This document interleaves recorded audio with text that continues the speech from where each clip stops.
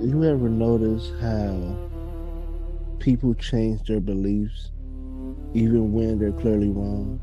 Not because they don't see the truth, but because accepting it would cost them something. And that something is their ego. See, ego isn't just pride in the obvious sense, it's deeper than that. Ego is the part of you that would rather protect your identity than confront reality.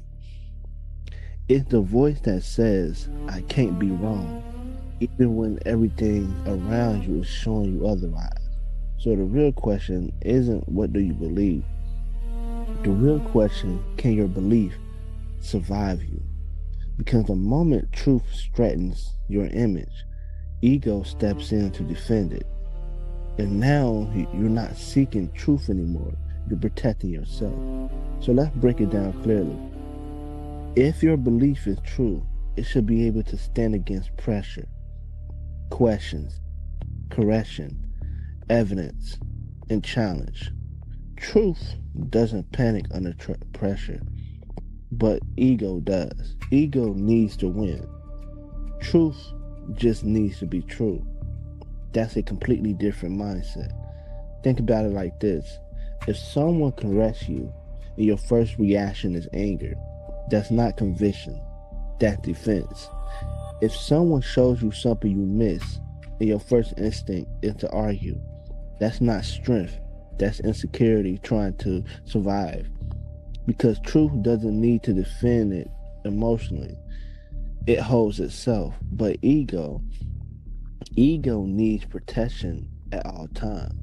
And this is where it gets dangerous because ego will convince you that staying wrong is actually staying strong. It'll tell you if you change your mind, you lose. So now you're stuck. Not because truth isn't available, but because your identity is tied to being right. Let me say it very clearly. If your belief cannot survive being questioned, it's not built on truth, it's built on ego. And now here's where the Bible steps in and exposes something most people ignore. Look at Proverbs chapter 16, verse 18. Pride goes before destruction, and a haughty spirit before a fall. That's not just a warning, that's a pattern. Pride blinds you before it breaks you. Why? Because once you describe, I won't be corrected, you close the door to truth. And then look at James chapter 4, verse 6. God opposes the proud but gives grace to the humble. Think about that. God himself resists the person who refuses to be humble themselves, not because he hates them, but because pride blocks truth from entering. Now pause for a second, right? This is the part most people won't say out loud.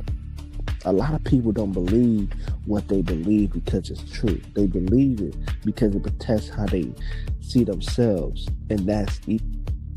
So here's the real test, right? If you found out today that something you strongly believe is wrong, would you change it or would you defend it? That answer right there tells you who's in control, you or your ego. Now let's go a bit different, right? Because if this isn't the information about transformation, ego says I need to be right. Truth says I need to be real. And those two can't exist together. At some point, you have the truth. And this is exactly why the gospel hits so hard, because it confronts ego directly. It tells you something most people don't want to hear. You're not the standard, God is. You're not always right, you need correction. You're not self-significant, you need saving. And ego hates that. But here's the part that makes Christianity different. It doesn't just expose your ego, it gives you a way out of it.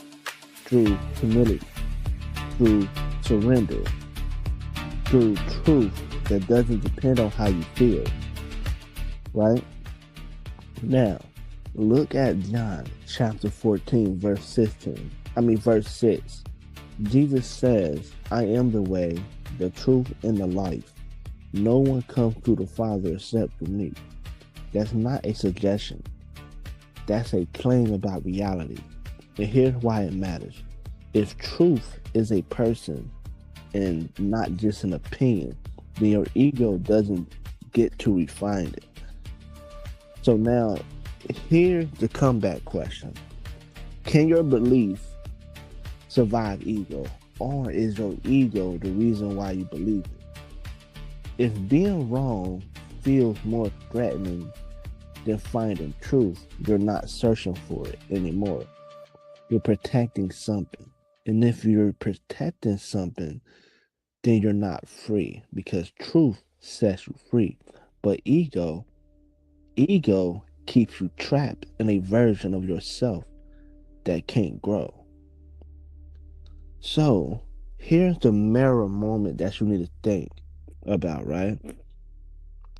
Not what you believe, not what sounds right, but when truth confronts you, do you bow to it or do you fight it?